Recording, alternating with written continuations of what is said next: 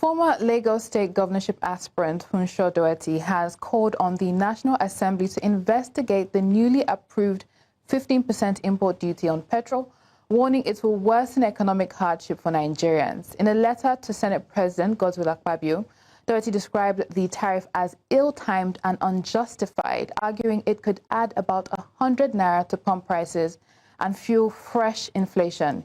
He faulted the rationale that the levy would support local fuel producers, noting that major refineries such as Dangote already enjoyed tax waivers and incentives. We have joining us now in the studio the former governorship candidate himself, Funso Doherty. It's a pleasure to have you with us, sir. Pleasure to be here. Yes.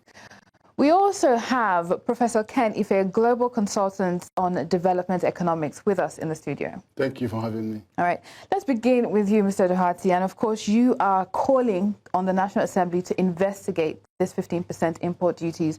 What are your concerns, and do you have any anticipation of what the outcome of this investigation could be? Thank you. No, I don't have a preconception. To start with your last question, I don't have a preconception about the outcome of the investigation. But I think there are a few things that I think are worth looking into. First is the fact that this tariff comes on the heels of the removal of subsidies. And remember that when we talk about fuel, we're talking about two subsidies: subsidy on the petroleum product itself and subsidy on forex. Now, this has resulted in a 5-fold increase in prices within the last 2 years. From the consumer's perspective, that's a crushing burden when you think about the pervasive influence of the cost of fuel on the lives of the average citizen. So that's the first thing. The second is that the source of this memo, which was subsequently approved by the president, we understand is the NRS, which is what used to be the FIRS. And tariffs are a customs and excise thing, right, which is trade-related. So it really is outside the scope, even when you look at the Nigerian Revenue Service Act. It's outside the scope of their activities. So one wonders why it originates from there. The third thing is that these refiners, primarily Dangote, which is the major refiner, already benefits from a lot of tax waivers, incentives, and so on, being in an export processing zone. Indeed, even in the construction of the refinery, we were in this market when a lot of advantage was being given to, and perhaps rightly so, in the construction of the refinery, even in the allocation of foreign exchange, in the days when foreign exchange was scarce and so on. So we are quite happy to support business activity. But I think in conclusion, my contention is that this is not something, given the dominance of the position, that should just be implemented at the stroke of a pen. We should understand why it is that this is required at this time, coming on the heels of what people have already experienced. And it should not be something that is just done. There should be congressional oversight, that is National Assembly oversight, to understand, as representatives of the people, why this is necessary. If you say it's cost recovery, what costs are we talking about? And is it truly justified as part of a trade policy? And in doing that, it should not be, in the first place, the IRS or the FIRS. It should be the Ministry of Trade and Industry, it should be the NMDPRA, it should be industry operators, and they should sit down and look at the whole thing and arrive ultimately at the conviction, if it is the case that this thing is justified, then people will support it. But given the context, I think it's not something that we should just take at face value. Interesting. We shouldn't take it at face value. I'm coming to you, Prof, and you've heard the concerns. One of the justifications given for this tariff is protectionism, right? And the question a lot of people are asking is, who are we protecting? The people? Or is it policy being tilted to favor one particular enterprise? What are your thoughts on that? First of all, there's a background that we shouldn't miss, which is 1960, we got political independence. Up to today, we haven't got economic independence. And we should, as a nation, be working towards at least economic independence on those raw materials God has given to Nigeria, which is agriculture, which is a solid mineral, which is petroleum and gas. At least if you can secure those, yeah, you can continue to fight on ICT and machines and all that stuff. But we have to get that as a minimum. Number two, International Division of Labor from 1945 consigned us to exporter of raw materials and then importer of finished goods. If you stay at that end of importing or exporting raw material, you're exporting your jobs and importing poverty. And you stay at the other end of consuming, you will never, ever develop your economy. Because all the people sitting in the middle are where the jobs are, where the profits are. You get 10% for your raw material, and you look for 100% to buy the finished product, and you end up borrowing money from everybody around the world to consume. That's what it says. Now, locating this within this context is the government's objective, as far as I know, are fourfold. And there's even one that I added. One is that this is a measure. I've never seen fiscal policy measure that really delivers compliance as this one, since this government came into power. First of all, it deals with the chronic problem of fraud and theft, and all the things that go on in the import of subsidized fuel in the country. That's outside of the 15%? No. Other reforms? No, within this 15%, because there's a measure. Okay. It's a tariff compliance measure. Now, so what happens is that we all know, every Nigerian know, that when EFCC moved in, importers were admitting they bring 30 million tanker later. They'll discharge 10, they record 30 for them, they go to Lehman, come back, they discharge 10, they record 30. In the third one, they record 90 million when they actually had 30 million liters. There are many of those evidence, and they have not been cured till today. And then we have an NNPIDFP that is just not addressing the issue. It hasn't addressed the issue of how much petrol is actually being consumed in Nigeria. And we got a wind of it when we closed the border. Suddenly there's a drop of 35%. So that is going on. Now, what happens now, this duty, which is a levy, by the way, what this levy is doing is, if you want to come and do that round trip, come, and you end up paying 15 plus 15, you pay 45%. And that money goes to government. It doesn't go into the pocket of any of the actors. Now, the second one, of course, is it's intended to protect local companies, local producers. And then I'll tell you the justification, because there are trade laws and trade, I will deal with those. Then it also brings in parity, because the price benchmark is based on import price. That's for you to get that parity. You must get the import price parity, which is the benchmark that is used. Now, people who make fuel abroad and send it to you to import have already recovered their costs and got their profit. So a problem is arriving at Nigerian port to face companies that are locally refining, that are struggling on break-even before their profit is, before they actually arrive at the price break point. So in terms of parity, there must be parity there before you, do you understand? So then I'm going to look at the trade law. But the other one is, it is actually intended to protect the consumers. Because what we have experienced is vagaries, misalignments in the storage, distribution, and logistics sector that actually delivers the fuel. And then every day, the prices are not stable.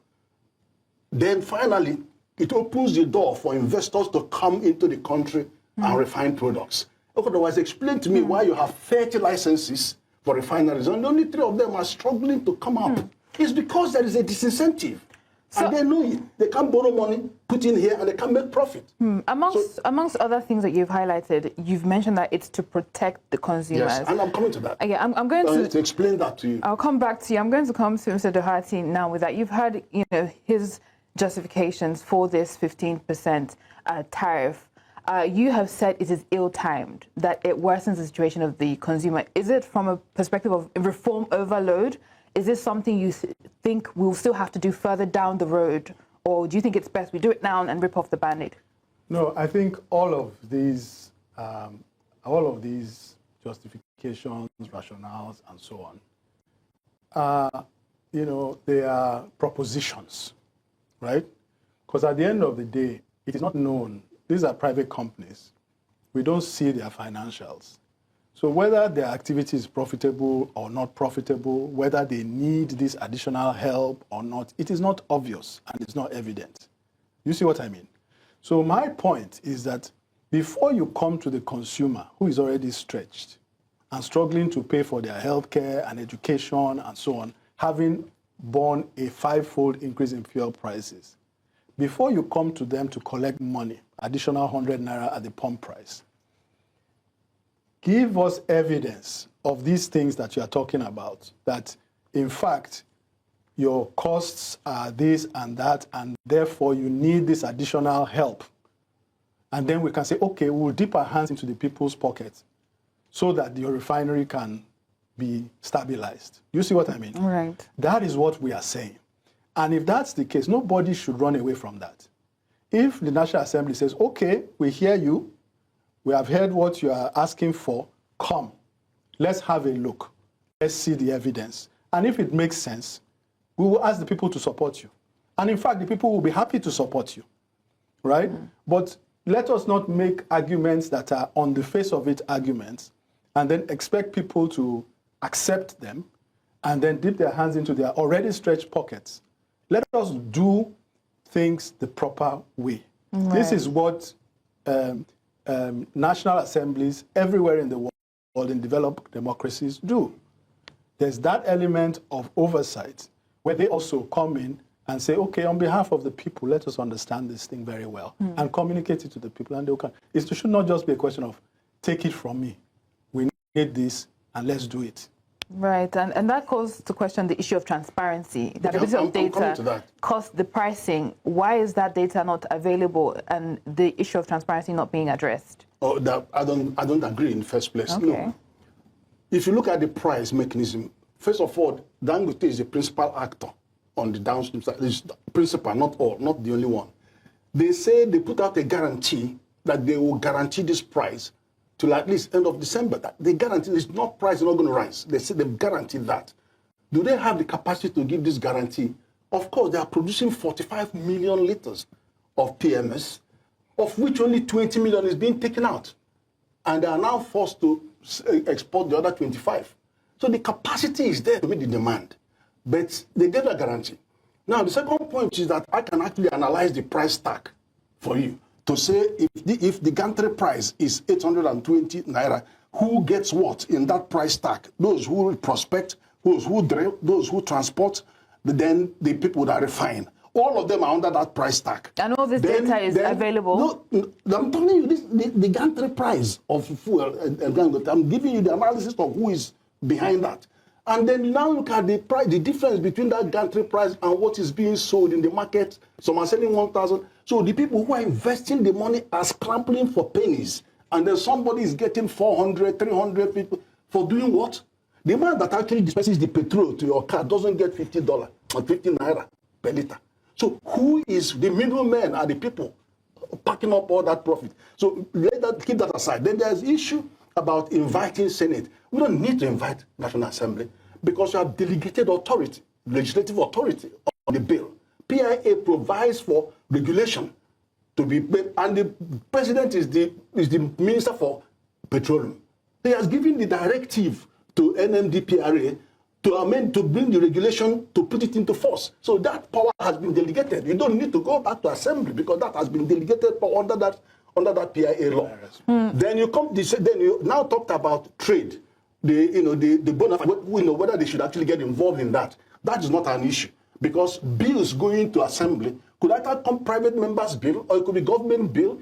And I even have a case of raw material research, 30% coming from raw material research and development, not coming from trade and industry. Okay. So if one department doesn't do their job, it doesn't prevent whoever knows or whoever can do it. So it's not material. Okay.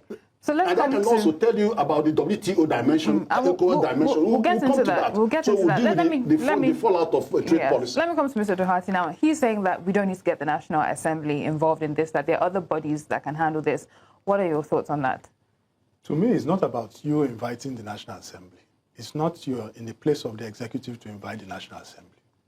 The National Assembly is a separate arm of government. But you're calling on them to investigate. Yes. The National Assembly is a separate arm of government, right? It doesn't need the permission of the executive to launch an inquiry. It does not. It can sit on its own and launch a National Assembly inquiry into something that the executive has done. This is part of the oversight power of the National Assembly. That is why we have separation of powers. The National Assembly represents the interests of the people. All right? There could be times when the executive is pursuing a line of action that, in the opinion of the legislature, is inimical to the interests of the people, and they're the representatives of the people also in government. You see what I mean? So they have absolutely that right to do it. And we're not saying that they should strike it down. We're saying that as our representatives, all these propositions that are being put forward, as if they are fact, as if they are gospel, somebody should be able to say, okay, come and show us. Because all these things that we're talking, that people are talking as outsiders, right? Nobody has looked at the financial statements of Dangote or any of the other operators to say, I have looked at it, I can see that these are your costs, I can see. Analysis of gantry price is going to talk about the import price of petrol, the margin for the depots, the margin for the transporters, and so on. That is on the price. You are talking about this using cost recovery as a justification for this import tariff. Cost recovery is not about the gantry price breakdown. Cost recovery is about the underlying costs of the refiner themselves. Bear in mind that refining industry is a low-margin industry everywhere in the world. So you can't go into refining industry and expect to be making big margins. It's not done anywhere in the world. It's a low-margin business, right? So you cannot create unusual circumstances where you have high margins in a low-margin business and expect people to bear the costs. All I'm saying is that if indeed this additional import tariff is something that is necessary and essential to sustain the valid operation of the operators like the Dangote refinery, it will be justified. But we should not take it at face value. We should know through an investigative work that is done by those who we elected to do that work, to also check and say, okay, we think that this thing is as has been stated, and we agree with this and concur with this. Mm-hmm. All right, and Prof, I'm coming to you now. You have said in there that, yes, there are other players that will benefit from this, but Dangote is the major player that will benefit from this. There are some who are saying that this is not how resilient companies are built, right? It's not a level playing field. There are already a lot of benefits that Dangote Refinery and amongst other players are enjoying. Naira for crude, the zone he's in, he's exempt from certain taxation. So is this how strong companies are built? I think I don't even agree with that, because NNPC has 4 refineries. 3 more refineries are coming up from modular. So Dangote is the only one, and even Bua is coming up. So, and all these refineries are not in the free trade zone as such. So why would we use the issue of free trade zone? The fact is that if Dangote with $20 billion could not be anywhere except in free trade zone because the risk is so horrendous. But put that aside. The main thing, in fact, and detail that you need about consumers, because that's a major contention here, is that even with that 100 naira extra that you are going to put on top of 860, that brings it to 960. That is $0.62. And that's the minimum in our region. Ghana is $1.37, twice what we are charging per liter.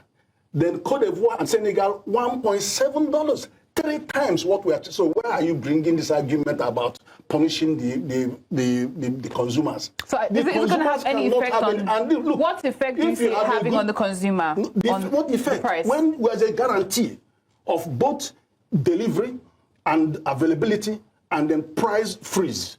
There's a guarantee. Until when? And then the thing is this. I'm coming, because they are subject to some other things. Our time is fast spent, gentlemen. So just 30 seconds, right, to tie your point together. Okay, I can tie mine because I know where I'm going. Under the ECOWAS Treaty, which we are in customs zone there, and the conventional tariff, we are protected to a safeguard measure. Except that you have to call it levy, don't call it tariff. That's what it provides. Right. Then under WTO, 5 clauses, 5 agreements, a countervailing measure, anti-dumping measure, infant industry. All of those 5 measures in under WTO supports a robust position that government has taken. Okay, let me give you the final word. 30 seconds, please. You know what? We can pontificate, we can talk up and down, we can make propositions. But this is about people's lives. Somebody was paying 200 naira for something. That thing is now 800, 900 naira, right? You say you've removed subsidy. They've borne it. Now you still now want to put a tax on top of it. We make all these arguments about business, and so I'm a business person too. Right. I have a background in business. At the end of the day, this is about people's lives. We are not saying don't do it. Subject it to scrutiny. All right, and let there be transparency. Thank you so much for your time, gentlemen. Funso Doherty, former Lagos State governorship aspirant, and Professor Ken Ife, global consultant on development economics. Thank you, gentlemen, for your time. Thank you.